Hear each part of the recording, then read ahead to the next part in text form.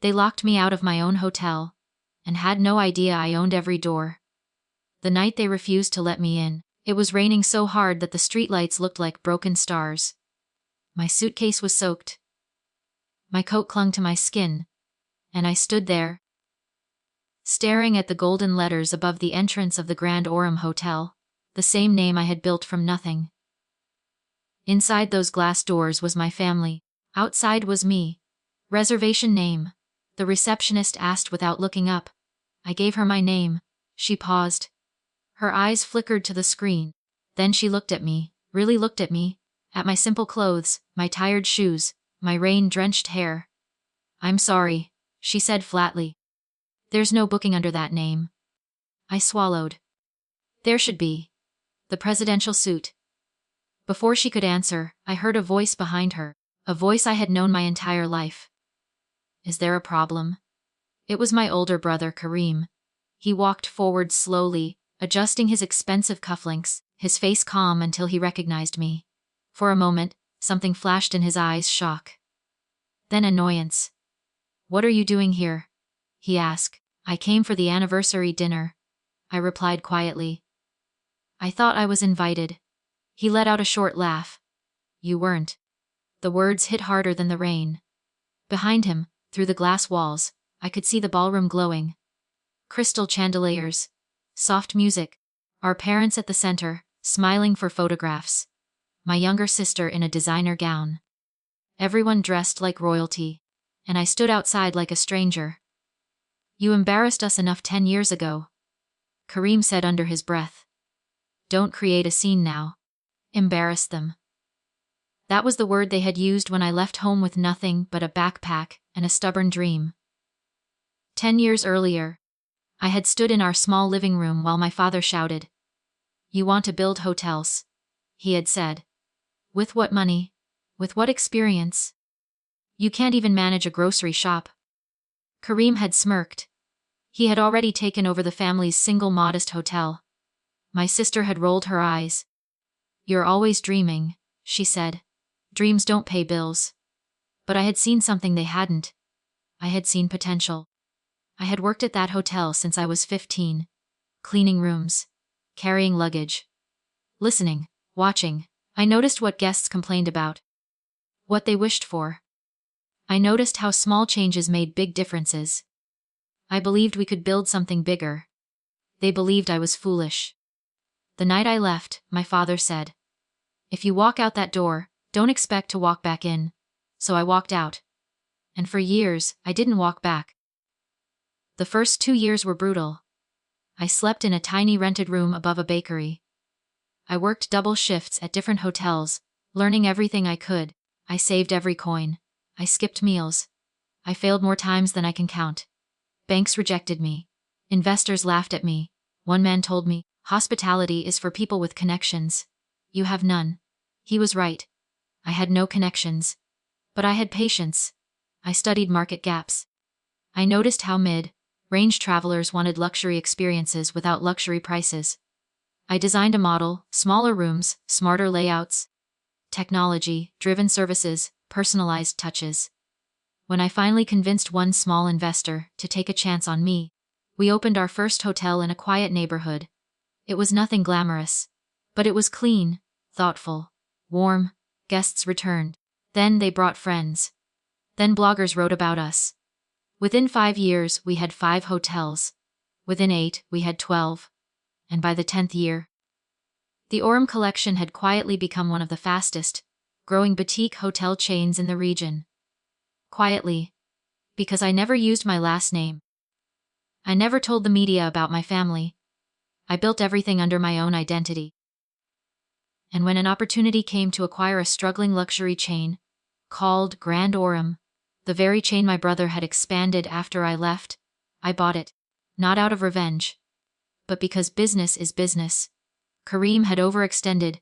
He borrowed heavily to grow too fast. When the market slowed, he panicked. I watched from a distance. I could have revealed myself then. I didn't. Instead, through legal negotiations and silent meetings, I purchased the controlling shares. They never met the main investor. They never knew it was me.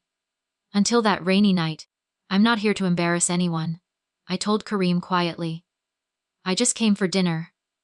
You're not on the guest list, he said firmly. This event is for important people. Important. The word burned. I see, I said. My mother appeared behind him. She looked older. Tired. But when she saw me, her expression hardened. You shouldn't have come, she said softly. I thought. My voice trembled. I thought maybe after 10 years. Your father doesn't want drama, she interrupted. Please leave. The security guard stepped closer. Rain ran down my face. Or maybe those were tears. I couldn't tell anymore. For a brief second, the old pain returned, the feeling of not being enough, of being the disappointment. But then I remembered the nights I slept hungry, the mornings I woke up before sunrise, the contracts I negotiated alone, the employees who trusted me, the guests who wrote thank you letters. I remembered who I had become. And something inside me grew still. All right, I said calmly. I'll leave. I turned and walked back into the rain, not because I was weak, but because I didn't need to prove anything at the door. Inside the ballroom, the anniversary speech began. I watched through the side window as my father stood on stage. We built this empire from nothing, he declared proudly. Family is everything. The irony almost made me smile. He continued, Tonight, I'm proud to announce that despite recent challenges, we have secured a new major investor who believes in our future. Applause filled the room. My brother stood beside him, clapping confidently. None of them knew the paperwork signed that afternoon. None of them knew the official transfer of executive authority was effective immediately. None of them knew that the new investor had arrived. I checked my watch. 9 o'clock. Right on schedule. The hotel's general manager hurried onto the stage and whispered something into my father's ear. The color drained from his face. Murmurs spread across the room. Kareem grabbed the microphone. There seems to be some confusion, he said nervously. But everything is under control. The main doors opened. This time they opened for me. I stepped inside, rain still on my shoulders, but my posture steady. The room fell silent. My heels echoed against the marble floor as I walked forward. Kareem stared at me like he was seeing a ghost. What is he doing here? Someone whispered. I didn't look at them. I walked straight to the stage. The general manager handed me the official documents. My father's hands trembled. What is this? He demanded. I met his eyes, not with anger, not with pride, but with calm truth. This, I said into the microphone, is the future. Gasps rippled through the crowd. As of today, the Orem Collection has completed its acquisition of Grand Orem Hotels. Effective immediately, ownership has transferred. Silence. You, Kareem whispered. Yes, I said gently. May. The same son who wasn't on the guest list. The same brother who was called a dreamer. The same man who was just denied entry. I could see disbelief turning into realization. My mother covered her mouth. My father looked smaller than I had ever seen him. I didn't come here to humiliate anyone, I continued.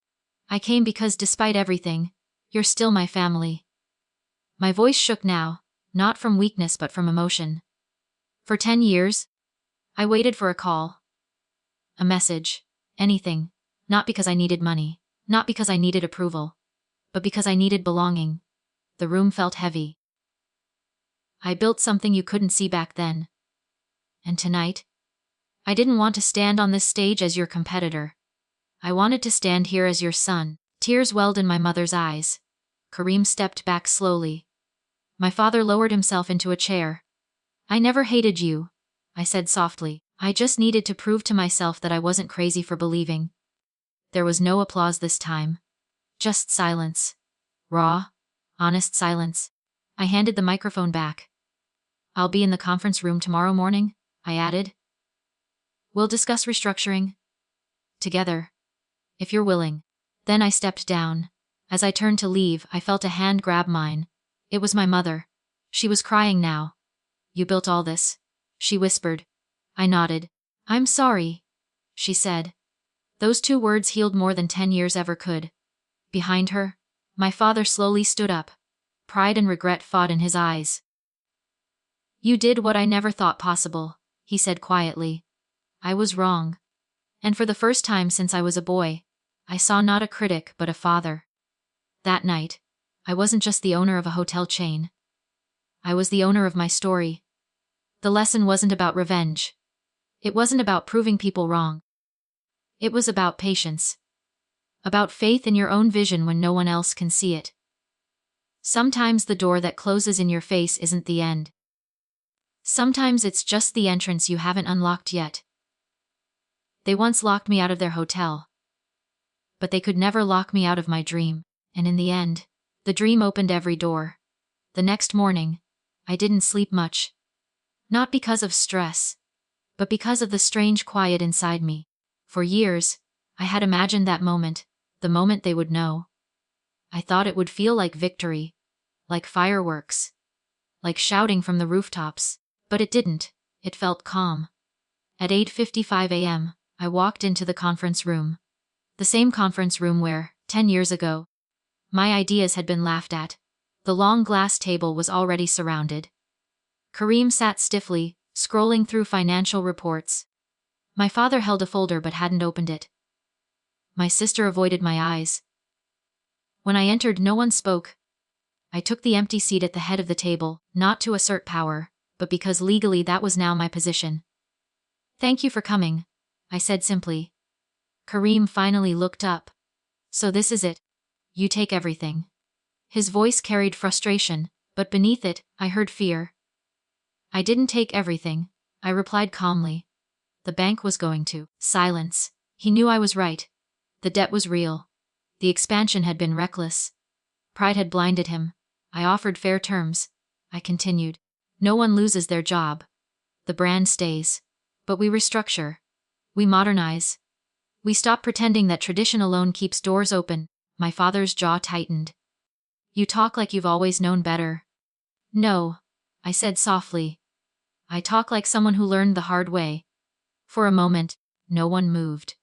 Then my sister spoke for the first time. Why didn't you tell us earlier? She asked. The question hung in the air. Because I needed to build something that didn't depend on your belief, I answered.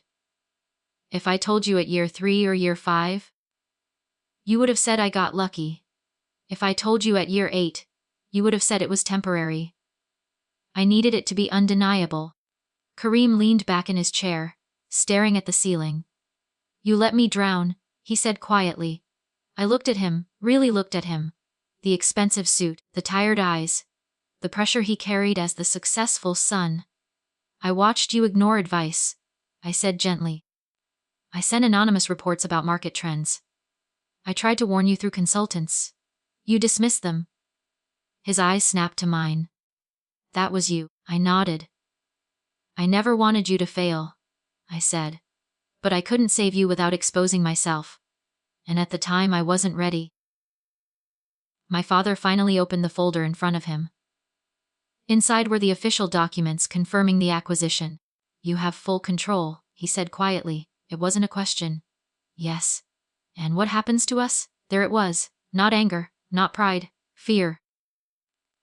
For the first time I realized something painful. They had never rejected me because they hated me. They rejected me because they were afraid of risk, afraid of failure, afraid of losing what little they had built. I'm not here to erase you, I said. I'm here to grow this, but growth requires change. I turned the laptop toward them, showing new projections. Technology integration, sustainability plans, staff training upgrades, digital booking systems that we had perfected in the Orem collection. This is the future, I said. And I want you in it, but not as owners who refuse to adapt, as leaders who evolve. The room stayed quiet for a long time. Finally, my father spoke. When you were a boy, he said slowly, you used to rearrange the furniture in the lobby. I would shout at you. But guests always complimented the new layout. A small smile appeared on his face. I thought discipline would make you strong, he continued. I didn't realize belief would have made you stronger. Those words settled deep inside me.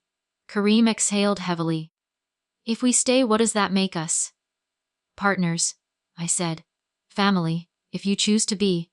He studied me carefully, as if searching for arrogance, for revenge, for something sharp. But I wasn't angry anymore. I had outgrown that version of myself. After 2 hours of discussion, signatures were placed on updated agreements, roles redefined, salaries adjusted, responsibilities shifted. My father would become a strategic advisor. Kareem would oversee operations under new financial controls. My sister would handle branding and public relations, something she was actually talented at, but had never been given real authority for. And me? I would remain CEO. But something else shifted that morning. Respect. It wasn't forced. It wasn't loud. It was quiet and real. Over the next few months, the transformation began. Rooms were renovated, staff retrained, customer experience redesigned. The old arrogance slowly faded from the management style. One evening, I walked through the lobby and saw my father speaking kindly to a young receptionist who had made a mistake. 10 years ago, he would have shouted. Now, he listened. Growth doesn't always look dramatic. Sometimes it looks like humility. 6 months later, the hotel chain posted its strongest quarter in years. Media outlets wanted interviews with the mysterious entrepreneur who saved a declining luxury brand. This time, I didn't hide. I agreed to one interview. When the article was published, the headline read, "From rejected dreamer to industry leader." My father kept a copy of that newspaper in his office. But the real turning point didn't come in a boardroom. It came on a quiet Sunday afternoon. I was sitting alone in the main lobby when a young man approached me. He looked nervous, holding a folder tightly against his chest. "Sir," he said, "I heard you started from nothing." I smiled slightly. "Almost nothing. I have an idea," he continued. "Everyone says it's unrealistic." For a moment, I saw myself at his age, standing in a living room, being told I was foolish. "What's the idea?" I asked. He began explaining passionately, his voice shaking but determined. And I listened. Not because I knew it would succeed, but because someone once refused to listen to me. When he finished, I said something I wish someone had told me years ago. "It will be hard. You will fail. People will doubt you. But if you believe in it enough to endure all that, then it's worth trying." His eyes lit up. Hope. That fragile, powerful thing. After he left, I realized something important. Success is not the moment you prove others wrong. It's the moment you help someone else believe they're not wrong for dreaming. That night, I stood outside the hotel again. No rain this time. Just quiet city lights. 10 years ago, I stood outside these doors feeling rejected. Now I stood there feeling grateful. Because if they had welcomed me easily back then, if they had supported me without question, if they had handed me comfort instead of doubt, I might never have become who I am. Rejection didn't break me. It built me. Being locked out forced me to build my own entrance. And owning the entire chain. That was never about power. It was about proving that patience, faith, and quiet resilience will always outlast pride. They once refused to let me in. But sometimes, the door that shuts in your face is just life's way of asking you, are you brave enough to build your own? A year passed, and for the first time in my life, success felt steady, not loud, not fragile, not something I had to defend. Steady. The Orem collection and Grand Orem were now fully integrated. The numbers were strong. Guest satisfaction was higher than ever. Staff turnover had dropped. We weren't just surviving, we were respected. But success has a strange way of testing you when you least expect it. One evening, I received a call from our legal team. "There's an offer," they said. "A global hospitality group wants to acquire the entire chain." The number they mentioned was more money than I had ever imagined, as a boy rearranging lobby furniture. It would make me one of the youngest multimillionaires in the industry. It would secure wealth for generations. It would end the pressure forever. I sat alone in my office after that call, staring at the city lights through the glass walls. For years, I had chased growth, Now growth had turned into temptation. If I sold, I could walk away. No more board meetings. No more risk. No more responsibility. But something inside me felt uneasy. The next morning, I called a family meeting. We sat around the same conference table, where everything had changed a year earlier. "There's an offer," I told them. Kareem's eyes widened. My sister leaned forward. My father remained still. I explained the numbers. For a moment, silence filled the room. Then Kareem spoke first. "What should sell?" It came quickly. Almost instinctively. "That kind of money doesn't come twice," he added. "We struggled once. Why risk struggling again?" My sister nodded slowly. "We could all start fresh. Expand individually. Travel, invest." My father finally looked at me. "What do you think?" he asked. That question alone meant more to me than the offer. "What do you think?" 10 years ago no one asked. Now they waited. "I built this to prove something," I said slowly. But somewhere along the way, it stopped being about proof. I looked at each of them. It became about purpose. Kareem frowned slightly. "Purpose doesn't protect you from market crashes." "No," I replied calmly. "But purpose protects you from becoming empty." The room fell quiet again. I stood and walked toward the window. "When I was locked out of this hotel," I continued, "I thought owning it would fill the hole inside me. I thought success would erase the pain." I turned back to face them. It didn't erase it. It transformed it. They listened carefully. "If we sell now," I said, "we win financially. But we lose control of what we've built.